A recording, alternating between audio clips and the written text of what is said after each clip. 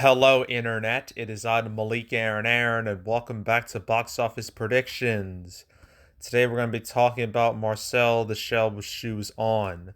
So, as usual, we're going to be going over the pros and cons. So, let's get to it. Pros: this is an A24 movie. I've talked about this before, but A24, they've grown quite a bit of clout in the last few years. I mean, they started out small. Well, they still technically are small, but they started out small. Apparently, they started with like Spring Breakers, but they didn't really start getting legit attention till Ex Machina in 2015. And I believe there was also Room from 2015, which got Brie Larson her Oscar.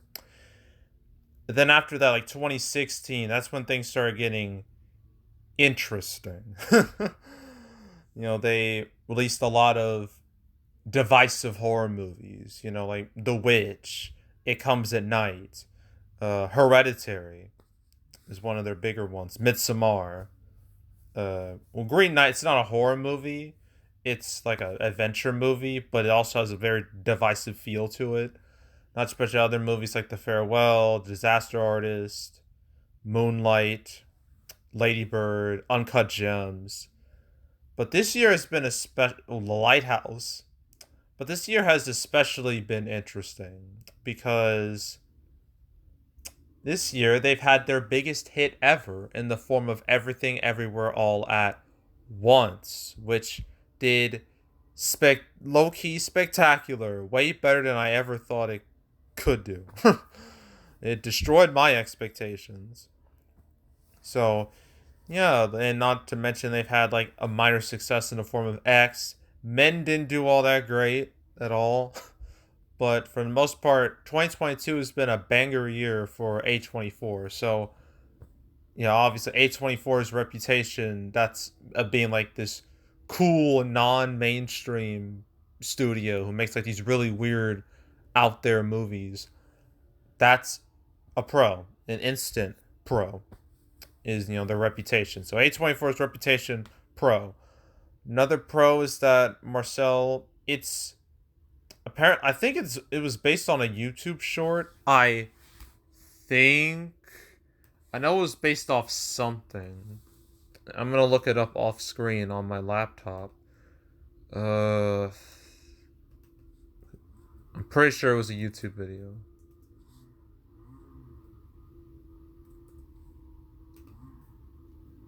No, it was a short film. Okay, never mind. But it was based on a short film, and looking at its limited run, it's been limited so far. It's done all right. Didn't have quite the explosive start that Everything Everywhere All at Once did, as I'm about to show you for comparisons sake. Oh, I gotta find it. I gotta go back to A24 and boom, at the top of the list. So Everything Everywhere All at Once came out like March, right? It had a limited debut in 10 theaters. It had a per theater average of 50K. In 38 theaters, 28K. And then it went wide the week after that. And then, yeah, you see here these numbers are very unusual for a wide release. Usually a movie just comes out and just dies. Sometimes slowly, sometimes real fast. Not this movie, though. It just kept going and going and going. It was pretty surreal. But that was Everything Everywhere All at Once. And while this isn't like as strong as that, it's still way better than most limited releases that have come out the past few years. It's given like art houses, something. It's given them some revenue because Lord knows they need it. But yeah, so I say its limited run was good enough. So I would consider that to be a pro. Another pro is that this movie is well, it's not original, but it's not based off of a big brand like say Marvel or Jurassic World or like Minions or anything like that. It's not based on a big brand. It's like a small little movie that's very unique when compared to everything else. So I mean, it's literally about. Let's read the synopsis here. It's about Marcel is an adorable 1 inch tall shell who ekes out a colorful existence with his grandmother Connie and their pet Lint. Alan, once part of a sprawling community of shells, they now live alone as the sole survivors of a mysterious tragedy. But when a documentary filmmaker discovers them amongst the clutter of his Airbnb, the short film he posts online brings Marcel millions of passionate fans, as well as unprecedented dangers and a new hope at finding his long lost family. So, kind of strange to say the least.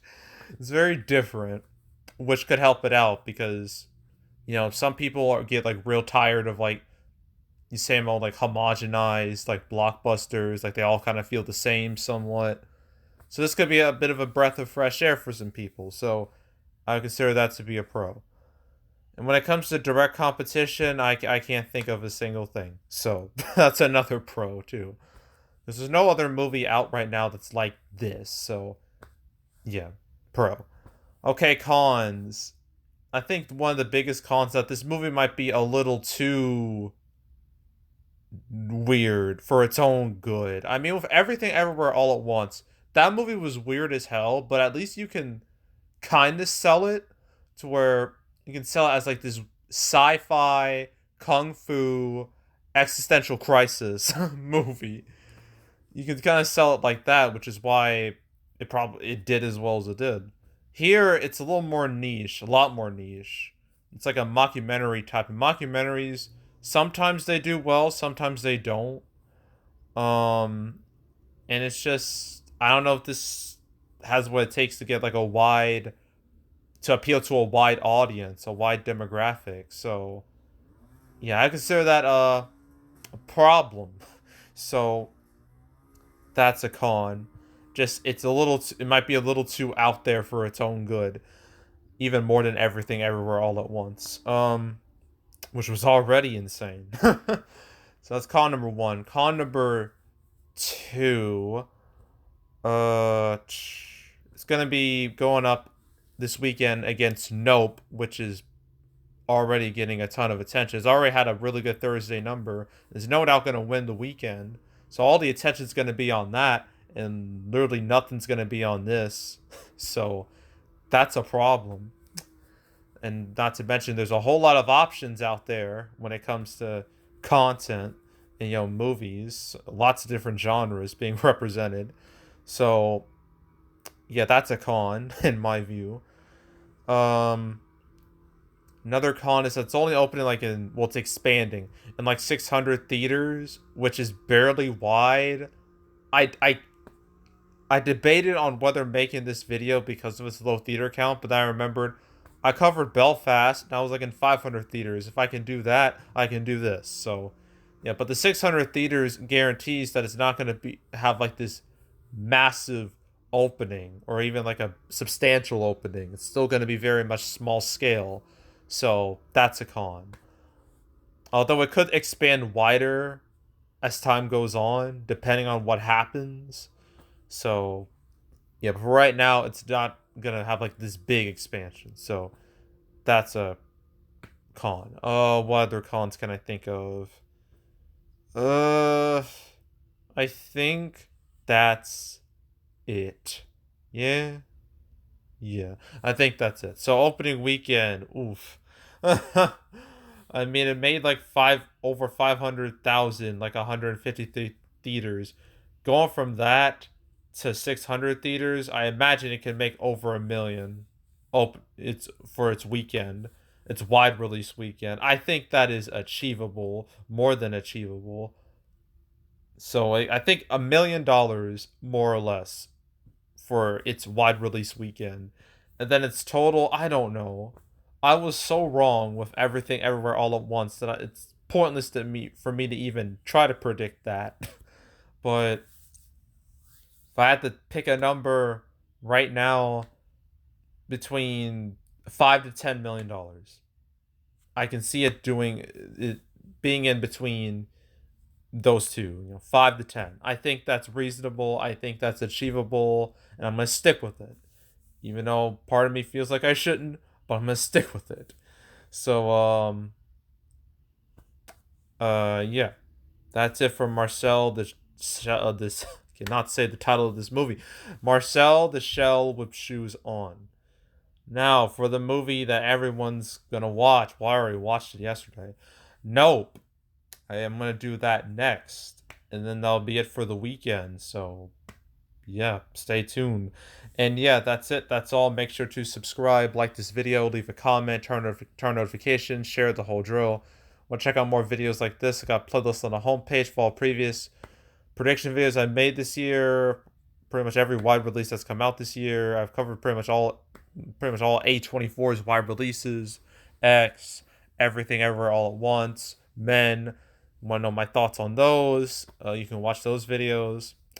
There's also the Canceled series where I go over all the movies that are supposed to come out but didn't. I covered Marcel once a while ago. I think it was back in April.